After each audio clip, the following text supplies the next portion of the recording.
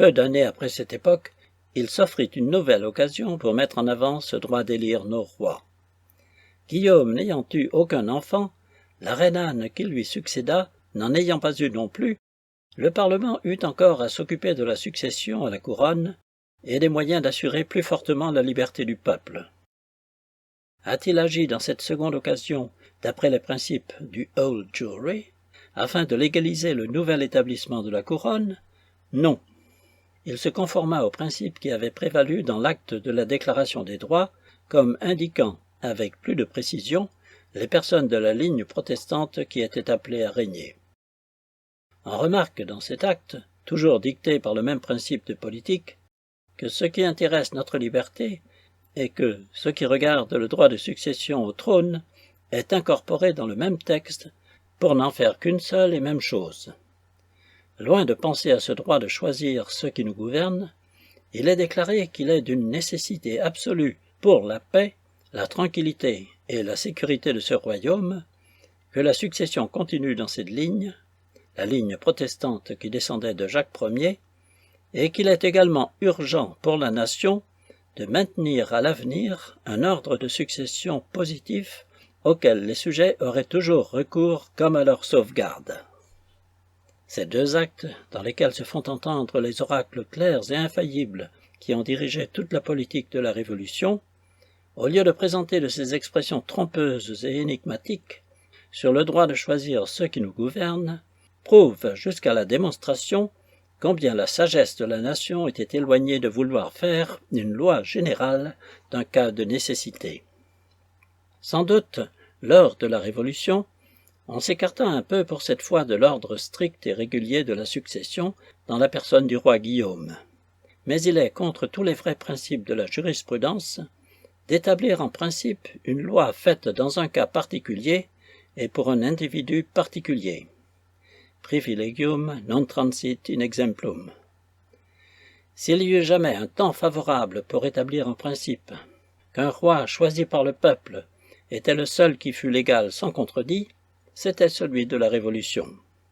Si l'on ne l'a pas fait alors, c'est une preuve que la nation pensait qu'on ne devait jamais le faire en aucun autre temps.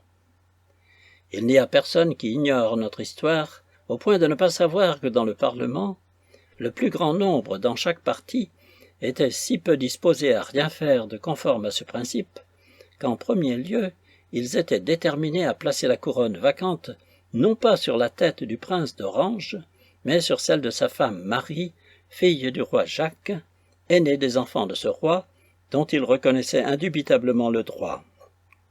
Ce serait vous rappeler une histoire bien rebattue que de réunir sous vos yeux toutes ces circonstances qui démontrent que l'avènement de Guillaume n'a pas été à proprement parler un choix, mais que, pour tous ceux qui ne souhaitaient pas en effet de rappeler le roi Jacques, ou ce qui serait revenu au même d'inonder le royaume de sang, exposés au même danger auquel on venait d'échapper, la religion, les lois et la liberté, c'était véritablement une résolution de nécessité dans toute l'étendue de signification morale que l'on peut donner à ce mot.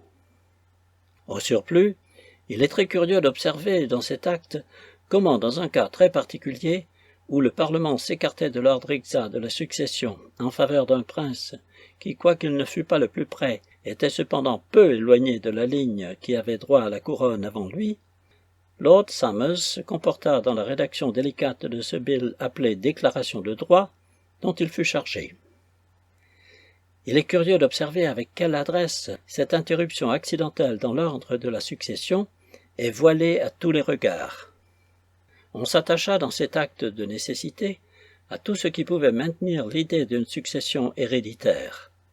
Et cet homme célèbre, et la législature qui l'a suivi, n'ont pas manqué de suivre la même marche et de ramener tous les esprits à ce principe d'hérédité. Ce rédacteur habile, quittant le style sec et impératif d'un acte du Parlement, entraîne les pairs et les communes dans un pieux élan législatif. C'est alors qu'il déclare qu'il regarde comme un effet merveilleux de la Providence, comme un effet de la bonté miséricordieuse de Dieu pour cette nation, d'avoir conservé les personnes royales de leur majesté, de les avoir heureusement fait régner sur le trône de leurs ancêtres, et que pour ce bienfait, ils adressent au ciel du fond de leur cœur, des prières et des remerciements. Le Parlement avait évidemment en vue l'acte de reconnaissance de la reine Élisabeth et celui de Jacques Ier, tous deux si énergiquement déclaratoires sur la nature héréditaire de la couronne. Et ils suivirent en grande partie, avec une précision presque littérale, les mots et même la forme d'action de grâce que l'on trouve dans ces vieux statuts déclaratoires. Les deux chambres, dans cet acte du roi Guillaume, n'ont pas remercié Dieu de ce qu'il leur avait fourni une si belle occasion de faire valoir le droit de choisir ceux qui nous gouvernent, et encore moins procéder à une élection, ce seul titre légal à la couronne. Elles ont regardé au contraire comme un effet de la Providence d'avoir échappé même à la seule apparence d'une chose semblable.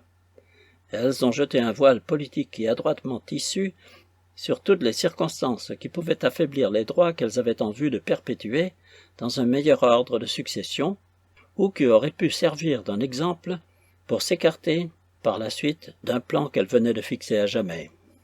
En conséquence, les deux chambres, ne voulant relâcher aucun des nerfs de notre monarchie, voulant au contraire prescrire une conformité bien stricte aux usages pratiqués par nos ancêtres, ainsi qu'on le voit dans les statuts déclaratoires de la reine Marie et de la reine Élisabeth, dans la clause qui suit, ils reconnaissent leur majesté revêtue de toutes les prérogatives légales de la couronne, déclarant qu'en elles sont pleinement, à bon droit et entièrement investies, incorporées, unies et annexées. Dans la clause qui suit celle-ci, pour prévenir toute demande qui pourrait émaner d'anciens prétendus titres à la couronne, il est déclaré, ayant aussi le soin de conserver le même style, la même politique traditionnelle, et de répéter comme une sorte de rubrique les expressions des précédents actes d'Élisabeth et de Jacques, que de la stabilité dans l'ordre de succession dépendent, sous la protection de Dieu, l'unité, la paix et la tranquillité de cette nation. La législature a reconnu qu'un titre de succession douteux ressemblerait trop à une élection et qu'une élection serait entièrement destructive de l'unité, de la paix et de la tranquillité de cette nation, chose qu'elle regardait comme d'une considération de quelque importance. Pour nous les procurer, et par conséquent pour écarter à jamais la doctrine du Old Jewry, ce droit de choisir ceux qui nous gouvernent, elle ajoute une clause extraite du précédent acte de la reine Élisabeth, où l'on trouve le gage le plus solennel qu'il soit possible de donner en faveur de la succession héréditaire et la renonciation la plus formelle qu'il soit possible de faire aux principes que cependant cette société lui impute. Les lords spirituels et temporels et les communes, au nom de tout le peuple suddi, se soumettent eux-mêmes fidèlement et humblement, eux, leurs héritiers et leur postérité à jamais, et promettent fidèlement qu'ils soutiendront, maintiendront et défendront leur suddite majesté, et aussi l'ordre de succession à la couronne, ainsi qu'ils viennent de la spécifier et de la fixer dans toute la force de leur pouvoir, etc., etc. Il est si loin d'être vrai que nous ayons acquis par la Révolution le droit de choisir nos rois, que l'eussions-nous possédé auparavant, la nation anglaise y a alors solennellement renoncé et l'a abdiqué à jamais pour elle-même et pour sa postérité. Ces messieurs peuvent être aussi fiers qu'il leur plaira de leurs principes Whig. Quant à moi, je ne désire pas de passer pour un meilleur Whig que Lord Somers. Je ne désire pas de mieux entendre les principes de la Révolution que ceux qui l'ont conduite et terminée, ou de lire dans la Déclaration des droits quelques mystères inconnus à ceux dont le style pénétrant a gravé dans nos règlements et dans nos cœurs les mots et l'esprit de cette loi immortelle. Il est vrai qu'à la faveur des pouvoirs qui dérivaient de la force et de l'occasion, la nation était en quelque sorte alors libre de prendre le parti qu'il lui plairait pour remplir le trône. Mais elle n'était libre d'agir ainsi que sur les mêmes fondements d'après lesquels elle aurait été libre de détruire la monarchie et toutes les autres parties de notre Constitution. Cependant, le législateur n'a pas pensé qu'un changement aussi hardi fût compris dans la compétence de ses pouvoirs. Il est en vérité bien difficile, et peut-être impossible, de donner des bornes à la compétence abstraite du pouvoir suprême, tel qu'il était exercé alors par le Parlement. Mais quant à la compétence morale, celle qui, dans l'exercice même d'un pouvoir plus incontestablement souverain, soumet la volonté du moment à la raison permanente, aux maximes constantes de la fidélité, de la justice et d'une politique fondamentale et invariable, ces limites sont parfaitement intelligibles et vraiment impératives pour ceux qui exercent quelque autorité dans l'État, sous quelque nom ou à quelque titre que ce soit. La Chambre des pairs, par exemple, n'est pas compétente moralement pour dissoudre la Chambre des communes. Pas davantage pour se dissoudre elle-même, ni pour abdiquer, si elle le voulait, la part qui lui appartient dans la législature du royaume. Quoiqu'un roi puisse abdiquer pour sa personne, il ne peut abdiquer pour la monarchie. Par une raison aussi forte, ou plus forte encore, la Chambre des communes ne peut renoncer à la portion d'autorité qui lui appartient. L'engagement et le pacte social, ce qu'on appelle généralement la Constitution, défendent telle invasion ou tel abandon. Les parties constituantes d'un État sont obligées de conserver leur foi publique les unes à l'égard des autres, et à l'égard de tous ceux qui tirent de leur engagement quelque sérieux intérêt, autant que l'État tout entier doit tenir sa foi avec les communautés séparées.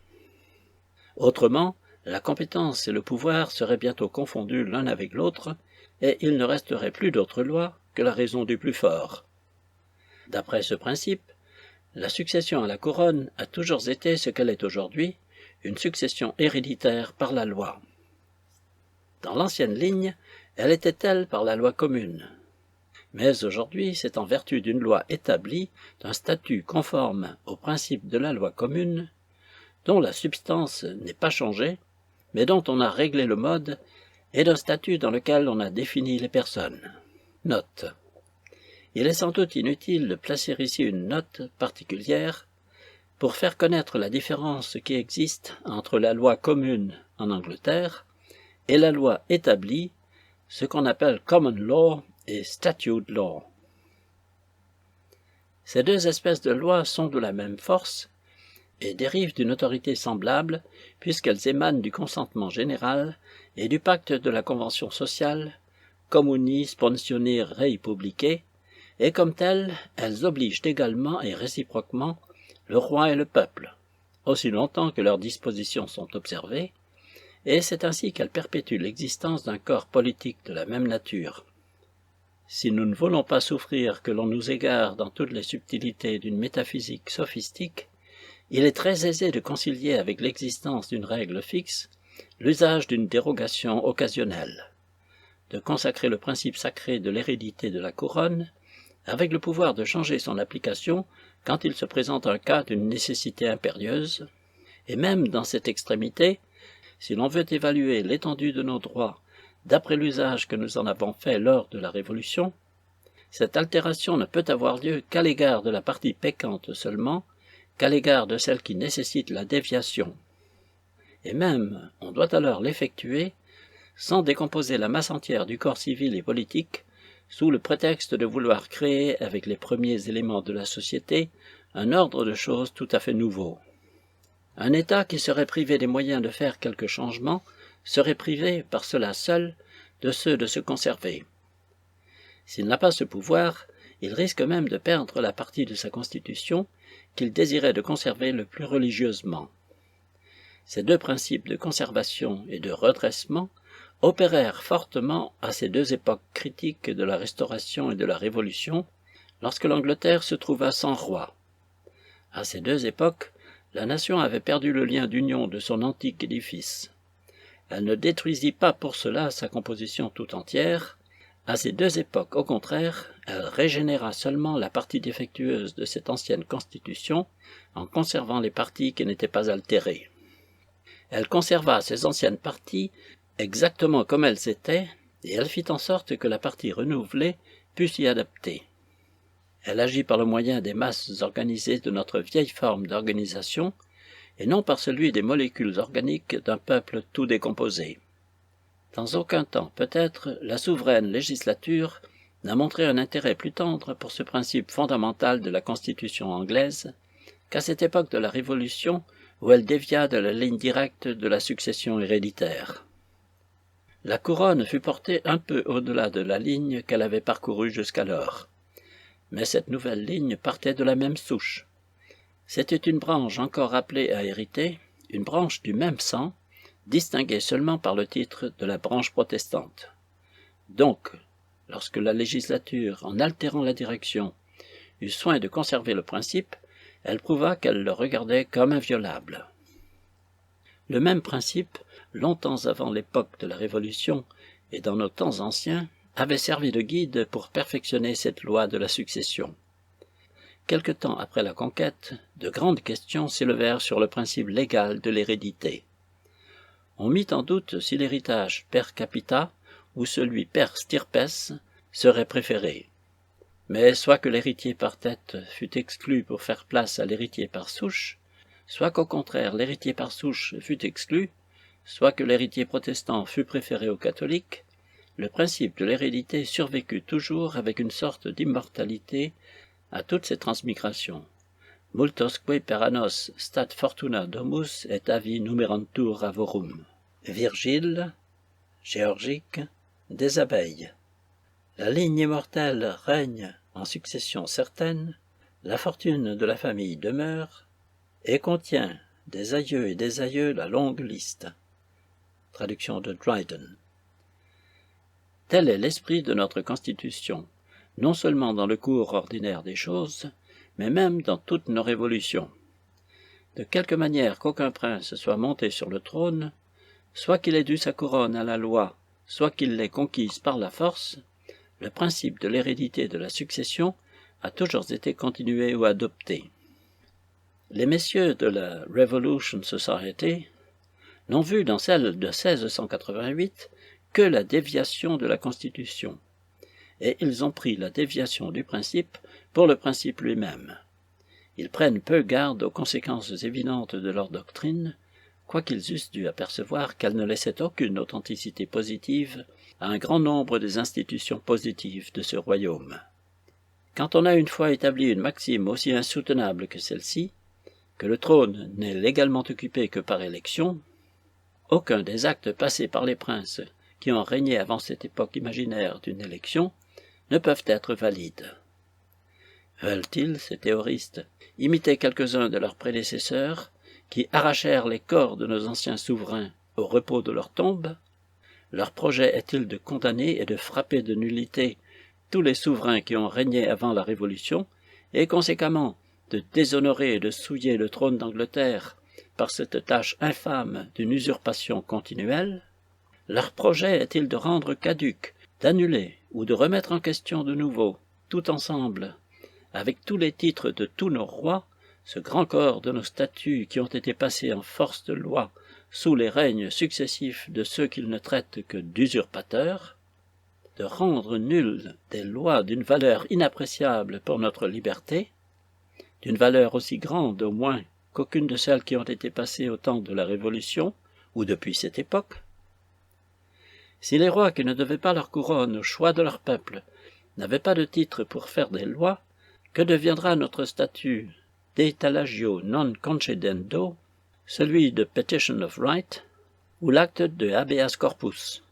Tous ces nouveaux docteurs des droits de l'homme prétendent-ils assurer que Jacques II, qui fut roi comme étant le plus proche par le sang, conformément aux règles d'une succession qui n'était pas réglée alors comme elle l'a été depuis, ne fut pas dans le fait et dans la réalité très légitimement roi d'Angleterre, avant qu'il eût fait aucun de ces actes qui ont été justement regardés comme une abdication de sa couronne? S'il ne l'avait pas été, combien de troubles qui ont eu lieu à cette époque dans le Parlement auraient été évités? Mais Jacques était un mauvais roi, revêtu d'un bon titre, et non pas un usurpateur. Les princes qui succédèrent en vertu de l'acte du Parlement, qui plaça la couronne sur la tête de l'électrice Sophie et de ses descendants, furent rois, ainsi que lui, par le droit d'héritage. Jacques fut roi suivant la loi, comme cela fut confirmé dans son avènement à la couronne. Et les princes de la maison de Brunswick furent appelés au trône, non pas par élection, mais par la loi, comme cela a été confirmé aux différents avènements des princes protestants qui y sont parvenus, successivement, comme je me flatte de l'avoir assez complètement démontré. La loi par laquelle cette famille royale est spécialement appelée à la succession est l'acte de la 12e et de la 13e année du règne du roi Guillaume. Nous sommes liés par les expressions de cet acte, nous et nos héritiers, et notre postérité envers eux, leurs héritiers et leur postérité, tant qu'ils seront protestants indéfiniment. Les mots sont les mêmes que ceux qui, dans la déclaration de droit, nous liaient aux héritiers de Guillaume et de Marie.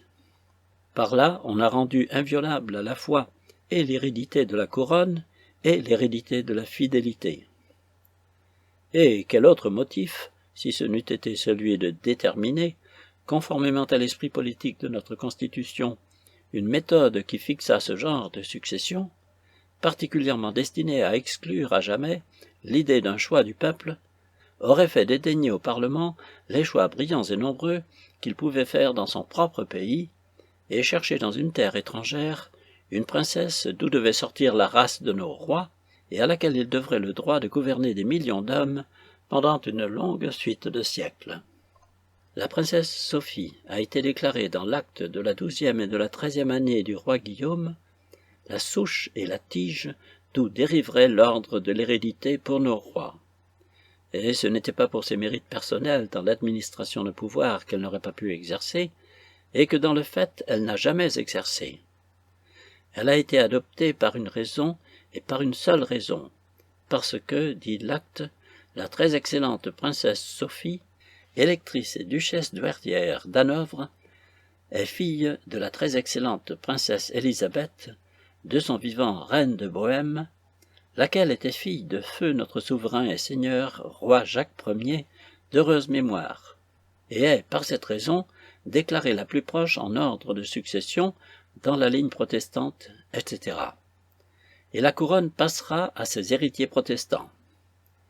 Le Parlement a non seulement déterminé que la ligne future de nos rois dériverait de la princesse Sophie, ce qu'il a regardé comme un point très important, mais de plus remarqué quel soin il a eu de remonter par elle à l'ancienne souche de l'héritage, dans la personne du roi Jacques Ier, afin que la monarchie pût conserver dans tous les âges une unité sans interruption et pût être maintenue, d'accord avec notre religion, dans cette antique manière de descendance, dans laquelle, si nos libertés avaient une fois couru quelque danger, elles avaient du moins été souvent préservées au milieu des orages et des troubles suscités à l'occasion de différentes prérogatives et de différents privilèges.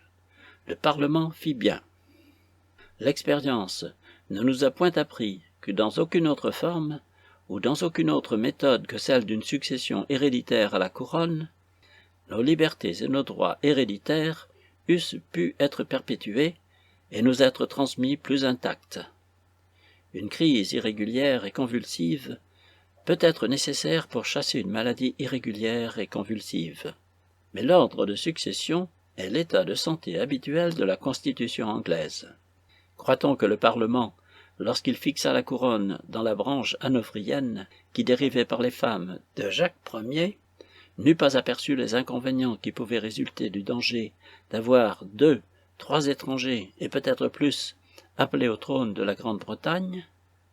Non, il sentait tous les maux qui pouvaient en résulter, et il faisait peut-être plus que les sentir. Mais on ne peut pas donner une preuve plus forte de la conviction pleine où était la Grande-Bretagne que les principes de la Révolution ne l'autorisaient pas à élire des rois à sa fantaisie, sans aucune autre considération pour les anciens principes fondamentaux de notre gouvernement que de l'avoir, continuant à adopter un plan de succession héréditaire dans la ligne protestante, malgré les inconvénients attachés à ce que cette ligne fût étrangère, malgré qu'elle les eût devant les yeux et qu'ils agissent sur son esprit avec la plus grande force. J'aurais été honteux, il y a quelques années, d'insister autant sur un sujet si évident par lui-même et qui a si peu besoin de développement. Mais je l'ai fait parce que maintenant cette nouvelle doctrine séditieuse et inconstitutionnelle est publiquement avouée, publiée, imprimée. L'aversion que je sens pour les révolutions, dont si souvent les premiers signaux ont été donnés dans la chair, l'esprit de changement qui se manifeste, le mépris total des anciennes institutions qui dominent parmi vous, et qui pourraient bien dominer aussi parmi nous, dès qu'on les met en opposition avec la convenance du moment présent, ou avec l'attrait de l'inclination du jour. Toutes ces considérations, à mon avis, prouvent combien il est loin d'être imprudent de reporter notre attention en arrière et de la fixer sur les vrais principes de nos propres lois domestiques, que vous, mon cher Français, vous devriez commencer à connaître, et que nous devrions continuer à chérir. Nous ne devrions pas, ni sur l'une ni sur l'autre rive de la Manche, nous laisser duper avec les marchandises contrefaites que quelques personnes, doublement trompeuses, exportent d'abord chez vous avec un but illicite, comme des matières premières provenant de notre sol, quoiqu'elles y soient totalement étrangères, afin de les faire revenir ensuite en fraude dans leur propre patrie, fabriquées à la nouvelle mode de perfectionner la liberté à la parisienne. Le peuple d'Angleterre ne singera pas des modes dont il n'a jamais essayé, et il ne retournera pas à celles qu'il a trouvées malheureuses à l'épreuve. Il regarde l'hérédité légale de la succession au trône comme un des droits de la nation, et non pas comme un de ses griefs, comme un avantage, et non pas comme un désavantage, comme un soutien de sa liberté, et non pas comme un moyen de servitude. Il regarde l'ensemble de son gouvernement, tel qu'il est, comme d'une valeur inestimable, et il est persuadé que la succession paisible à la couronne est un des gages de la stabilité et de la perpétuité de toutes les parties de notre Constitution. Avant de passer à un autre article, je vous demanderai la permission de m'arrêter à un des misérables artifices que les fauteurs de la doctrine de l'élection à la couronne sont toujours prêts à employer pour répandre de la défaveur sur ceux qui soutiennent les vrais principes de notre Constitution. Dès que vous soutenez la cause de l'hérédité de la couronne, ces sophistes supposent aussitôt et des causes et des intérêts particuliers en faveur desquels ils supposent aussi que l'on agit. Rien de plus commun que de les voir traiter leurs disputes comme s'ils les soutenaient contre quelques-uns de ces fanatiques d'esclavage, tombés aujourd'hui dans le mépris, qui soutenaient autrefois que la couronne était de droit divin héréditaire et inviolable, chose que pas une créature ne voudrait soutenir aujourd'hui. Ces anciens fanatiques d'un seul pouvoir arbitraire dogmatisaient comme si la royauté héréditaire était le seul gouvernement légal qu'il y eût au monde. Exactement de même que les fanatiques modernes du pouvoir arbitraire du peuple soutiennent que l'élection du peuple est le seul moyen de conférer une autorité légale.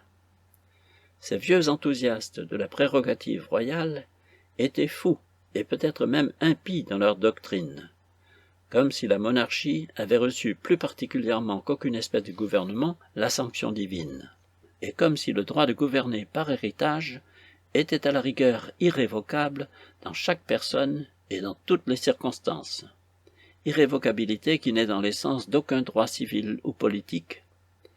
Mais une opinion absurde sur le droit héréditaire du roi à la couronne ne peut pas porter préjudice à celle qui est raisonnable et fondée sur des principes solides de législation et de politique. Si tous les gens de loi et les théologiens corrompaient par leurs absurdes systèmes tous les sujets qu'ils traitent, il ne resterait plus ni loi ni religion dans ce monde. Mais les systèmes absurdes que l'on peut établir sur une question ne justifient pas ceux qui leur sont contraires dans l'extrémité opposée, et n'autorisent personne à controuver des faits ni à publier des maximes dangereuses. La seconde résolution de la Revolution Society est le droit de déposer ceux qui nous gouvernent pour mauvaise conduite. Peut-être que la crainte que nos ancêtres ont eue d'offrir un tel exemple, celui de déposer pour inconduite, a été cause que dans la déclaration de l'acte qui établit l'abdication du roi Jacques, ils ont été trop sur leur garde, et même trop minutieux, si l'on peut dire que ce soit là un tort. Mais toutes ces précautions et toutes ces réunions de circonstances servent à faire voir l'esprit de prudence qui régnait dans les conseils de la nation. Conseils dirigés cependant par des hommes que l'oppression qu'ils venaient de surmonter avait irrités, que leur triomphe avait exalté, et que leur situation disposait naturellement à des partis extrêmes et violents. Elles servent à faire connaître avec quelle sollicitude ces grands hommes qui influaient sur la conduite des affaires à cette grande époque s'efforçaient à faire naître du sein de la Révolution une paix durable, et non pas à en faire, pour l'avenir, une pépinière de beaucoup d'autres révolutions. Il n'est pas un seul gouvernement qui pût subsister un seul instant s'il était possible de les renverser pour une chose aussi vague et aussi indéfinie que l'idée qu'on a de l'inconduite. Ceux qui dirigeaient la Révolution n'ont pas fondé l'abdication virtuelle du roi Jacques sur un principe aussi léger et aussi incertain. Ils ne l'accusaient de rien moins que du projet constaté par une foule d'actes manifestes de renverser l'Église protestante et l'État, ses lois fondamentales et ses libertés incontestables, et d'avoir rompu le pacte primordial entre le roi et le peuple. Ceci est plus qu'inconduite. Une nécessité des plus fortes et des plus supérieures à la loi les détermina à faire cette démarche. Et ils la firent avec cette sorte de répugnance qu'on éprouve quand on agit d'après la plus rigoureuse de toutes les lois. Ce n'était pas dans la perspective de nouvelles révolutions qu'ils plaçaient leur confiance pour la sûreté de la Constitution. Le but politique de toute leur détermination était au contraire de mettre tous les souverains futurs presque dans l'impossibilité de forcer de nouveau le royaume à la nécessité de recourir à des remèdes aussi violents. Ils ont laissé la couronne ce qu'elle a toujours été aux yeux et dans l'esprit de la loi, au-dessus de leur responsabilité. Mais pour rendre la couronne encore plus indépendante, ils ont réuni tout le poids de la responsabilité sur les ministres d'État. Dans le statut du roi Guillaume, appelé acte déclaratif des droits et libertés des sujets, et pour fixer la succession de la couronne, ils ont établi que les ministres serviraient la couronne conformément aux termes de cet acte. Bientôt après, ils pourvurent aux assemblées fréquentes du Parlement, par le moyen desquelles toute l'administration devait être sous l'inspection constante et sous le contrôle vigilant des représentants du peuple et des magnats du royaume.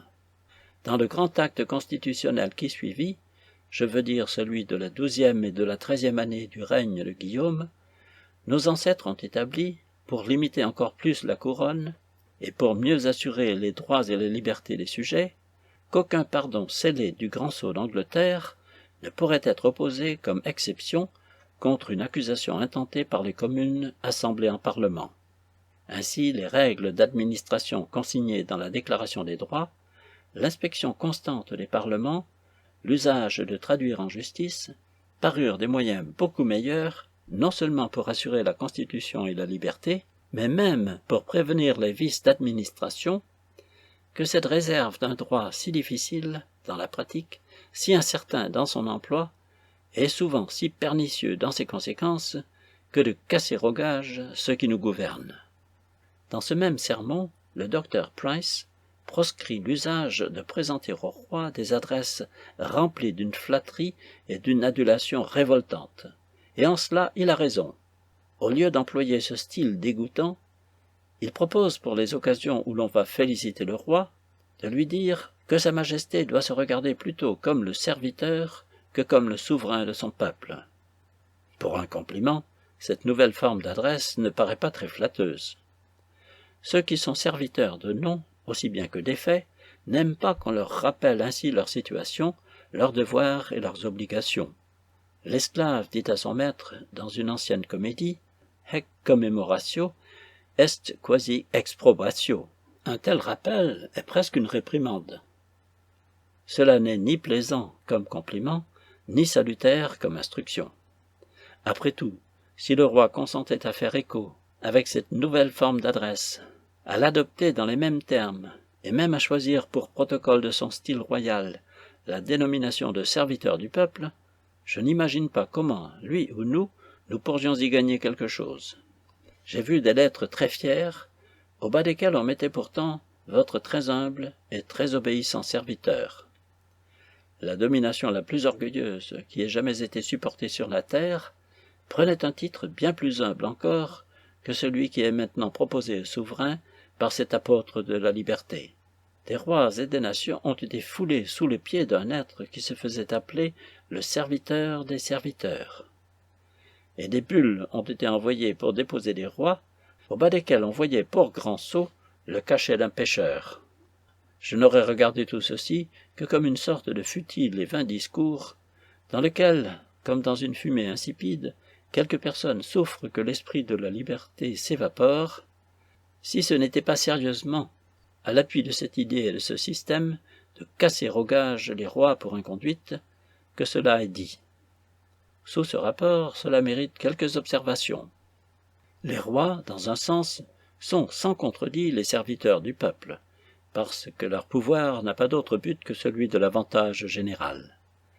Mais il n'est pas vrai qu'ils aient, dans le sens ordinaire, par notre Constitution du moins, rien de semblable à ce que sont les serviteurs, dont la situation est par essence d'obéir aux ordres de quelqu'un et d'être changé à volonté. Mais le roi de la Grande-Bretagne n'obéit à personne. Tous les individus, séparément ou collectivement, sont sous lui et lui doivent une obéissance légale. La loi, qui ne sait ni flatter ni insulter, n'appelle pas ce magistrat élevé notre serviteur, comme le fait cet humble théologien, mais notre souverain Seigneur roi. Et nous, dont le devoir est d'apprendre à ne parler que le langage primitif de la loi, et non pas ce jargon confus de leur chaîne babylonienne, nous l'appelons ainsi. Comme le roi ne doit pas nous obéir, et que c'est à nous à obéir à la loi dans sa personne, notre Constitution n'a pris aucune mesure pour le rendre, ainsi qu'un serviteur, responsable en aucune manière.